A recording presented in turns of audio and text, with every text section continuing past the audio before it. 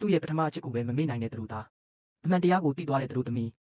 သူတို့သားကသူတို့သမီးကိုလာကြိုတဲ့နေ့မှာပဲတကားပိတ်ကစားနေသူကနှစ်ပေါင်းများစွာမတွေ့ရတဲ့သူ့ရဲ့ပထမအချစ်ဖြစ်နေတာကိုမမျှော်လင့်ပဲတွေ့လိုက်ရတယ်။အဲ့ဒီခိုက်တက်မှာသူအံ့အားသင့်လွန်းလို့ဒီနေ့ကကိုမင်္ဂလာဆောင်နေ့ဆိုတာတော့မေ့သွားခဲ့ပြီးနောက်မှရက်နေတဲ့သူတို့သမီးရဲ့ခံစားချက်ကိုလုံးဝဂရုမစိုက်တော့ဘူး။ပထမအချစ်ကမနှက်စာတော့မစားရသေးဘူးလို့သိလိုက်တာနဲ့သူမကိုတနာပြီးချက်ချင်းအပြင်ထွက်စားဖို့တောင်ခေါ်ချင်နေခဲ့တယ်။ဒီမင်္ဂလာပွဲဟာသူတို့သမီးစောင့်မျှော်လာခဲ့တဲ့အိမ်မက်လိုနေ့တစ်နေ့ဖြစ်ပေမဲ့သူတို့သားအတွက်တော့အရေးမပါတဲ့အရာတစ်ခုလိုဖြစ်နေခဲ့တယ်။ပိုပြီးနာကျင်စရာကောင်းတာကတော့ပထမအချစ်ကသူတို့သမီးကိုစိတ်ခံစားလုံးတာပါလို့ရည်ရွယ်ချက်ရှိရှိပြောလိုက်ပြီးနောက်တော့ဟန်ဆောင်ရဲ့ရောတဲ့ပုံစံနဲ့မြင်သွားပြီးမင်းသမီးကိုချော့လိုက်ပါလို့ပြောခဲ့တယ်။ဒါပေမဲ့သူတို့သားကသူတို့သမီးဘက်ကိုတော့တစ်ချက်မှမကြည့်ခဲ့ဘူးမင်္ဂလာဖက်နှက်ကိုအလောတကြီးဆုပ်ပေးလိုက်ပြီးပြီးဆက်လွယ်လုပ်နေခဲ့တယ်။ဓာတ်ပုံဆရာကအဆင့်တွေမြန်လုံးနေပါတယ်လို့သတိပေးပေမဲ့သူကဒါတွေကဟန်ပြတက်ပဲအချိန်ဖြုံးစရာမလိုဘူးလို့အေးအေးဆေးဆေးပြန်ပြောခဲ့တယ်။အဲ့ဒီချိန်မှာသူတို့သမီးဖော်ကပြေးဝင်လာပြီးတယောက်ယောက်ကမင်္ဂလာကားစီစဉ်မှုကိုပြောင်းလိုက်လို့သူတို့သမီးကိုနောက်ဆုံးကားမှာထိုင်ရမယ်လို့ပြောတယ်။ဒါပေမဲ့သူတို့သားကငငယ်ကလေးကသူမကားမှုတက်လို့ငါမောင်းတဲ့ကားမှာပဲထိုင်ရမယ်လို့ပြောပြီးပထမချစ်ရဲ့အိတ်တွေကိုကိုယ်တိုင်ယူကသူ့ရဲ့မင်္ဂလာကားရှိကုံမှာထိုင်ခိုင်းလိုက်တယ်။ဒီမြင်ကွင်းကိုလိုက်ကြည့်လာတဲ့သူတို့သမီးဟာရင်ထဲမှာအေးခဲသွားခဲ့တယ်။လေးနှလုံးလုံးချစ်ခဲ့တဲ့အချစ်တွေဟာဒီယောက်ျားရဲ့မျက်လုံးထဲမှာဘာတန်ဖိုးမှမရှိခဲ့ဘူးဆိုတာ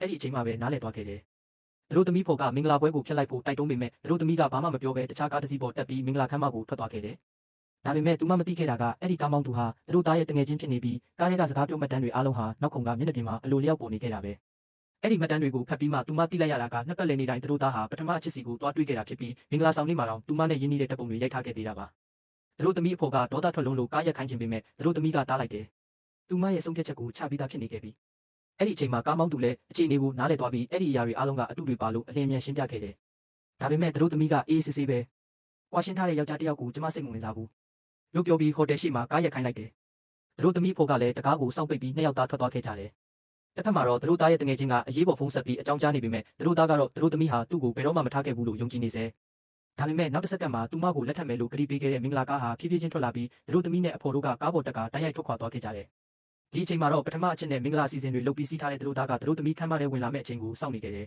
။မင်္ဂလာလက်စွပ်တွေတောင်စင်မြင့်ပေါ်ရောက်လာပေမဲ့သူတို့သမီးကတော့အရေးရောင်တောင်မပေါ်လာခဲ့ဘူး။အဲ့ဒီအချိန်မှာသူထိတ်လန့်ပြီးတငယ်ချင်းစီဖုန်းဆက်လိုက်တယ်။တငယ်ချင်းက